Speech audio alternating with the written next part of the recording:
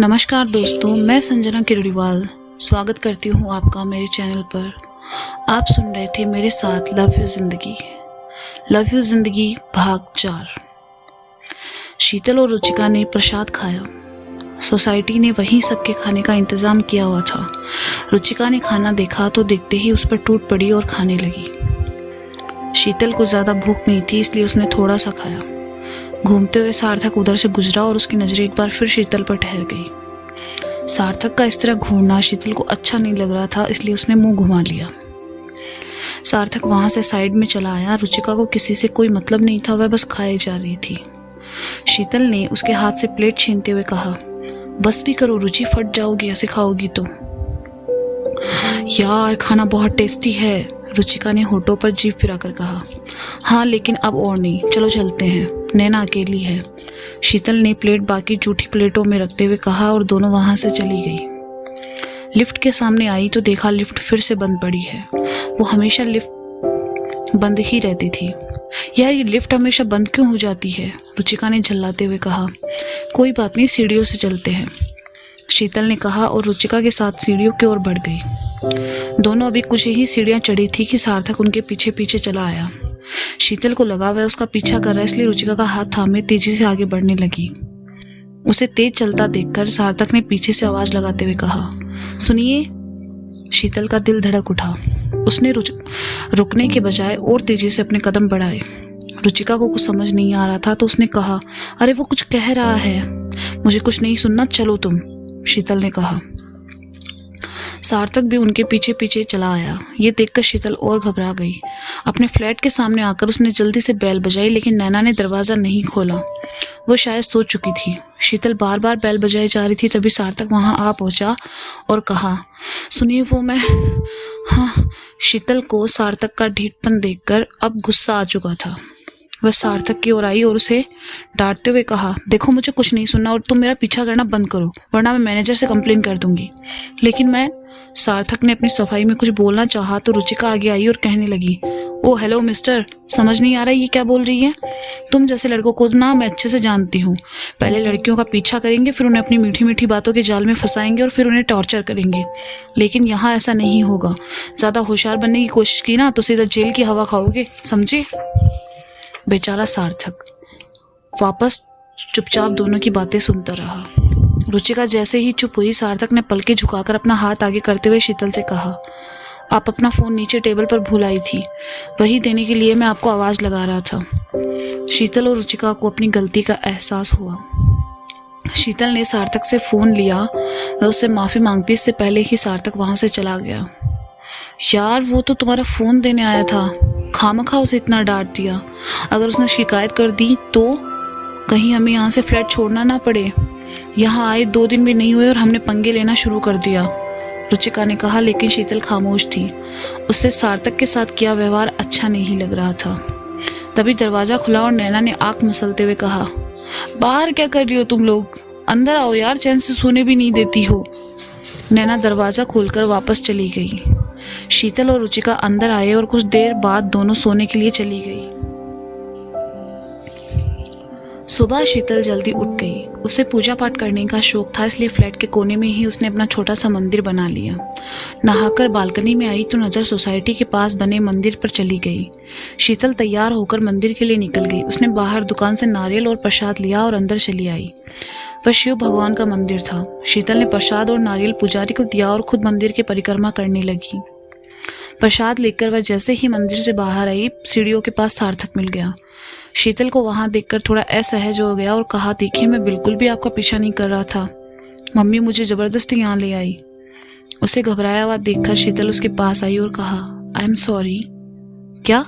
सार्थक ने कहा, मुझे कल रात आप पर इस तरह चिल्लाना नहीं चाहिए था, सॉरी, शीतल ने कहा। इट्स ओके, आपकी कोई गलती नहीं है, मेरी शक्ल ही ऐसी है, सार्थक ने कहा तो शीतल मुस्कुरा उठी और प्रसाद का टुकड़ा सार्थक की ओर बढ़ाकर कहा, प्रसाद। सार्थक ने अपना हाथ आगे कर दिया। शीतल ने प्रसाद उसके हथेली पर रखा और चली गई। सार्थक उसे जाते हुए दिखता रहा। शीतल फ्लैट में आई तब तक नैना और रुचिका भी उठ चुकी थी। रुचिका नहाने गई थी और नैना अपने लिए चाय बना रही थी।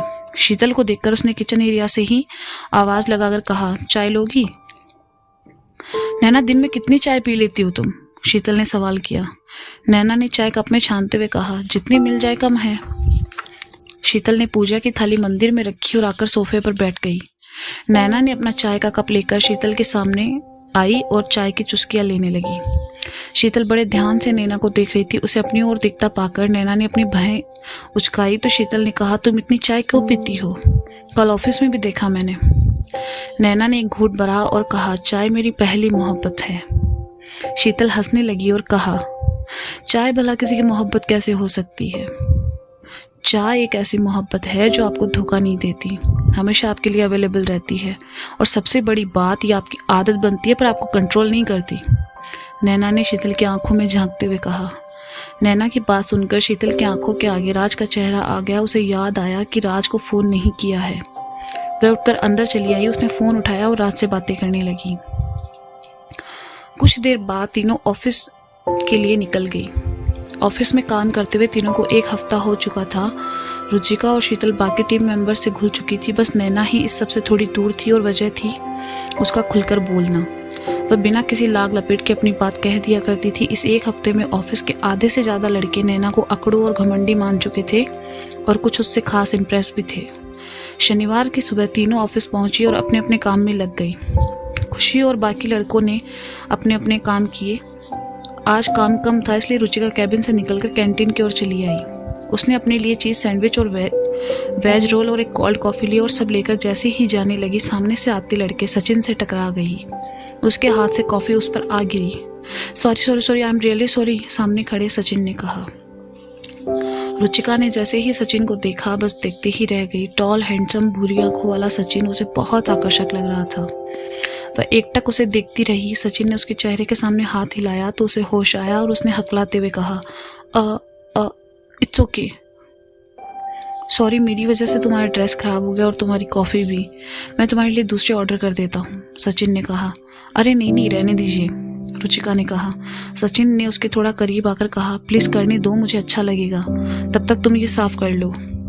रुचिका के पेट में तो बस जैसे तितलियाँ उड़ रही थी।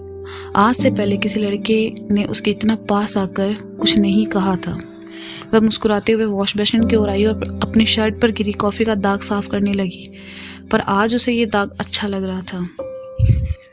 कुछ देर बाद ही सचिन उसके लिए दूसरी कॉफ़ी ले आया और उसे देकर उसके साथ साथ चलने लगा। थैंक यू, रुचिका ने शर्माते हुए कहा। थैंक यू कैसा, इतना तो बनता है यार, वो तो अच्छा है तुमने गुस्से में मुझे गाली नहीं दी, सचिन ने मुस्कुराते हुए कहा तो रुचिका हंस पड़ी। By the way, I am Sachin Tyagi and you, Sachin ने रुचिका की तरफ हाथ बढ़ाकर कहा। रुचिका शर्मा, रुचिका ने सचिन से हाथ मिलाया। तुम इसी ऑफिस में काम करती हो ना, सचिन ने आगे बढ़ते हुए कहा। हाँ, और तुम, रुचिका ने बचकाना सा सवाल किया। इसी ऑफिस में, फाइनेंस डिपार्टमेंट में, सचिन ने कहा। चलते चलते दोनों अपने कैबिन्स की ओर बढ़ गए। रुचिका ने पलटकर देखा तो सचिन रुककर उसे ही देख रहा था और ये देखकर रुचिका के होठों पर मुस्कान तैर गई। वह खुशी से झूमते हुए अपने कैबिन में आई। उसने खाने का सामान अपने टेबल पर रखा और नैना के सामने कुर्सी पर बैठते हुए कहा, यार ही इज सो डैशिंग। कौन? नैना ने अपने लैपटॉप पर काम करते हुए कहा। रुचिका ने देखा नैना उसकी ओर ध्यान नहीं दे रही है तो उसने नैना का लैपटॉप बंद किया और कहा, नैना सुन ना यार।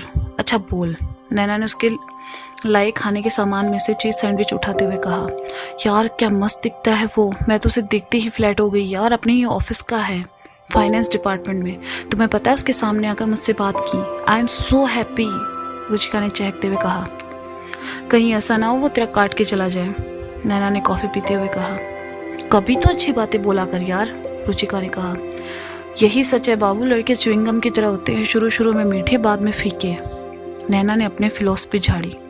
सचिन ऐसा नहीं है, वो बाकी लड़कों से अलग है, रुचिका ने चिढ़ते हुए कहा। अपने देश की यही समस्या है, आधे से ज़्यादा लड़कियों को ये लगता है कि मेरे वाला सबसे अलग है। खैर तुम्हारी गलतफहमी तुम्हें मुबारक। कहते हुए नैना उठी और जाने लगी तो रुचिका ने कहा, मुझसे जलती है। नैना मुस्कुराकर चली गई। रुचिका ने सैंडविच का टुकड़ा उठाया और खाते हुए सचिन के बारे में सोचने लगी। रुचिका की ज़िंदगी में सचिन का आना उसकी ज़िंदगी का सबसे खूबसूरत मोड़ था। ऑफिस में रोज़ दोनों किसी न किसी बहाने एक दूसरे से बात कर ही लेते थे। रुचिका अब बस दिन भर उसी के सपने देखा करती थी। 1 हफ्ता गुजर गया। शनिवार की शाम रुचिका, नैना और शीतल तीनों ऑफिस से जल्दी ही निकल गई। सबने अपनी अपनी ज़रूरत का सामान खरीदा और घर जाने के लिए निकली तो बारिश शुरू हो गई। बारिश से बचने के लिए नैना और रुचिका एक दुकान के टीन के नीचे आकर खड़ी हो गई। उन्होंने देखा शीतल वहाँ नहीं है। नैना ने उधर उधर देखते हुए कहा, शीतल कहाँ है? वो सामने। रुचिका ने इशारा किया तो नैना ने देखा और मुस्कुरा उठी। सामने बारिश की बूंदों में अपने दोनों हाथ फैलाए शीतल बारिश में भीग रही थी। उस वक्त उसके चेहरे पर जो सुकून था वो रुचिका और नैना दोनों ही देख रही थी। रुचिका उसे रोकने के लिए जाने लगी तो नैना ने रोकते हुए कहा, भीगने दे यार, उसे 24 घंटों में ये कुछ मिनट है जिसमें वो असली दिखाई दे रही है। मतलब? रुचिका ने पूछा। रहने दे, तेरे बस की बात नहीं है। तू बता, तेरा मामला कहाँ तक आगे बढ़ा? नैना ने बात बदलते हुए कहा, बढ़ तो रहा है। रुचिका ने मुस्कुराते हुए कहा, अच्छा है, शीतल के पास राज है, तेरे पास सचिन है। नैना ने कहा, तो तू क्यों सिंगल है यार? तू भी रिलेशनशिप में आ जा, फिर हम सबकी लाइफ शॉर्टेड है। रुचिका ने कहा, जिंदगी के असली हल ना बाबू रिलेशनशिप में आने के बाद ही लगते हैं। वैसे भी मुझसे ये सरदर्द नहीं झेला जाता। नैना ने कहा, तुम इतनी अजीब क्यों हो? रुचिका ने कहा, पता नहीं, मेरे माँ पापा से पूछना पड़ेगा, उन्होंने ही पैदा किया है। नैना ने कहा। कुछ देर बाद बारिश रुकी और तीनों अपने फ्लैट पर चली आई। शीतल कपड़े बदलने चली गई, रुचिका सोफे पर बैठकर सुस्ताने लगी और नैना किचन में आकर अपने लिए चाय बनाने लगी। चाय बनाते हुए उसने अपनी मॉम को फ़ोन लगाया और उनसे बातें करने लगी। काफ़ी दिनों बाद घर पर बात करके उसे काफ़ी अच्छा लग रहा था। शीतल कपड़े चेंज करके बाथरूम से बाहर आई तो फ़ोन बज रहा था। उसने फ़ोन उठाया, दूसरी तरफ राज था। शीतल ने फ़ोन उठाकर कहा, हेलो। मैं देख रहा हूँ आजकल कुछ ज़्यादा ही उड़ रही हो तुम। पहले पूरा दिन मेरे फ़ोन का इंतज़ार रहता था तुम्हें, और अब जब तक मैं ना करूँ तुम फ़ोन नहीं करती हो। राज ने गुस्से से कहा। राज, ऐसी बात नहीं है, वो ऑफिस में काम ज़्यादा होता है तो। शीतल कहते कहते रुक गई। मुझे मत सिखाओ ये काम वाम की बातें, मैं सब जानता हूँ। वहाँ जाकर आज़ाद परिंदा हो गई हो तुम, है ना? नए नए माल देखने को मिलते हैं, मेरी याद कहाँ से आएगी? राज ने गुस्से से भड़क कर कहा। ये कैसी बातें कर रहे हो राज? ऑफिस और घर के काम में इतना वक्त मिल ही नहीं पाता। शीतल ने लगभग रोते हुए कहा, लिशन शीतल, तुम जानती हो मैं तुमसे कितना प्यार करता हूँ। मैं कभी बर्दाश्त नहीं करूँगा कि तुम मुझे इग्नोर करो, समझी? राज ने कहा। शीतल की आंखों से आंसू बहने लगे। उधर राज ने जब उसका सुबकना सुना तो भड़क गया और कहने लगा, हाँ, अब तुम्हारा ड्रामा शुरू, कुछ कहो तो रोने लगती हो। शीतल, मैं तुमसे प्यार करता हूँ, बस इसलिए तुम्हारी परवाह है मुझे। और इसके बाद आधे घंटे तक राज और शीतल के बीच झगड़ा चलता रहा। राज उसे अंट शंट बोलता रहा और आखिर में गुस्से में उसने फ़ोन काट दिया। शीतल रो पड़ी और काफ़ी देर तक अकेले में वहाँ खड़ी सुबकती रही। नैना जब किसी काम से इधर आई तो उसने शीतल को देखकर कहा, सब ठीक है ना? नैना को वहाँ देखकर शीतल ने जल्दी से अपने आंसू पोंछे और कहा, हाँ, बस घर की याद आ रही थी। नैना ने आगे बढ़कर उसे गले लगाया और कहा, या I also miss my mom. अगले वीकेंड हम सब अपनी फैमिली से मिलने जाएंगे।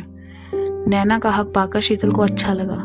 वह मुस्कुराई और नैना से दूर होकर कहा, हाँ अच्छा, वो मैं ये कहने आई थी कि खाना तैयार है, आ जाओ। नैना ने कहा, तुम चलो मैं आती हूँ। शीतल ने कहा। नैना वापस चली गई और नैना के पास जाने के बाद शीतल ने एक बार फिर राज को फ़ोन लगाया। फ़ोन उठाते ही राज ने गंदी गाली उसे दी और फ़ोन काट दिया। शीतल की आंखों से आंसू फिर बहने लगे। वह बाथरूम की ओर बढ़ गई और मुंह धोकर एक फेक स्माइल के साथ बाहर आई। नैना, शीतल और रुचिका तीनों खाना खा रही थी। रुचिका का फ़ोन बार बार बजता और वह स्क्रीन देखकर मुस्कुरा उठती। उसे मुस्कुराता देखकर नैना ने कहा, क्या बात है पांडा, फ़ोन में देखकर बड़ा मुस्कुरा रही हो?